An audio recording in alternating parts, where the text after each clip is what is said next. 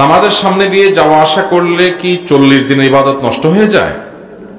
ভাইরা আমার, কেউ নামাজ পড়ছে, তার সামনে দিয়ে হাঁটা চলা করা গুনাহের কথা, এটা জায়েজ না, বড় ধরনের গুনাহ।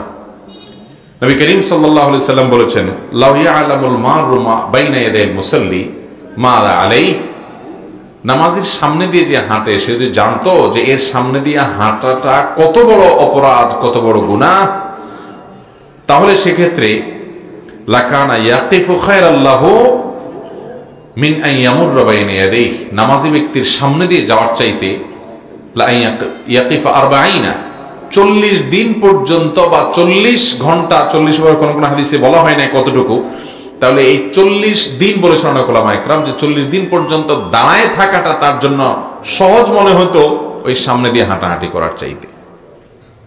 বুঝাতে পারছি? মানুষের সামনে হাঁটাহাঁটি করা, নামাজের সামনে হাঁটাহাঁটি করাটা এরকম গুনাহের কথা। কিন্তু এর মানে এই না যে 40 বছরের ইবাদত কবুল হবে না, এরকম কোনো হাদিস নাই যে নামাজি ব্যক্তির সামনে হাঁটাহাঁটি করলে 40 বছরের ইবাদতবন্দি কবুল হবে না। হ্যাঁ, নামাজি ব্যক্তির সামনে হাঁটাটা কত বড় অপরাধ এটা যদি মানুষ জানতো, তাহলে 40 দিন পর্যন্ত দাঁড়িয়ে প্রয়োজন অপেক্ষা করত, তারপরেও সে ওখান থেকে হাঁটাহাঁটি করত না। অতএব নামাজি ব্যক্তির সামনে হাঁটাহাঁটি করা থেকে আমাদের বিরত থাকতে হবে। তবে এখানে 2টা পদ্ধতি আছে যেটা জায়েজ, আমরা জানি না। মোট 3টা পদ্ধতি আছে নামাজি ব্যক্তির সামনে চলাচলের। মোট কয়টা পদ্ধতি আছে? 3টা সূরত আছে।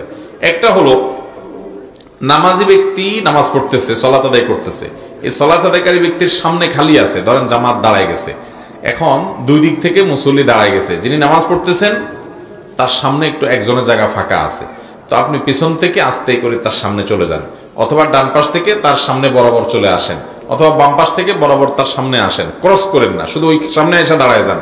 এটা জায়েজ আছে, আমরা অনেকে এটা জানি না। আবার আরেকটাও জায়েজ আছে, আপনি বসে আছেন বা দাঁড়ায় আছেন, আপনার পিছনে একজন সালাত আদায় করতেছে, তার সালাত ঠিক আপনি তার সামনে আছেন বরাবর, এখান থেকে আপনি ডানে সরে যান, বামে সরে যান, এটাও জায়েজ আছে, আমরা জানি না। তাহলে না জায়েজ কোনটা? না জায়েজ হলো মুরুর, এই নিচ থেকে, অর্থাৎ সামনে, নামাজের সামনে যায় দাঁড়ায় যাওয়া, এদিক সেদিক না যায়, শুধু বরাবর সামনে দাঁড়ায় যাওয়া, এটাকে বলা হয় সুউদ, মানে সামনে দাঁড়ানো।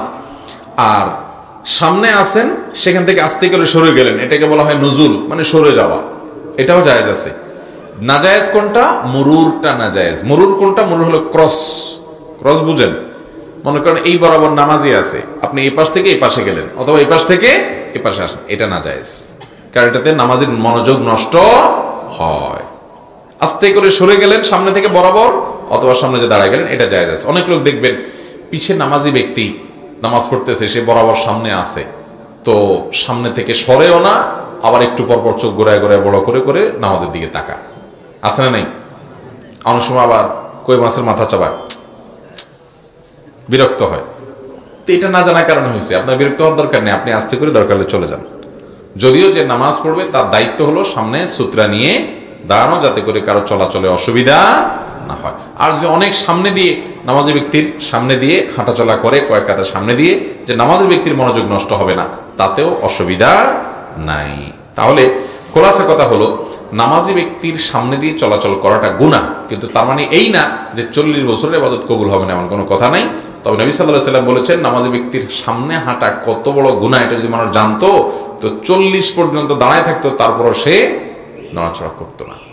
এত ভয়াবহ বিষয়। এই জন্য ভাই, নামাজের সামনে হাঁটাহাঁটি পরে আমরা সাবধান থাকবো। কিন্তু যেটা বললাম 2 পদ্ধতি জায়েজ, সেটা আপনি অবশ্যই অবলম্বন করতে পারেন।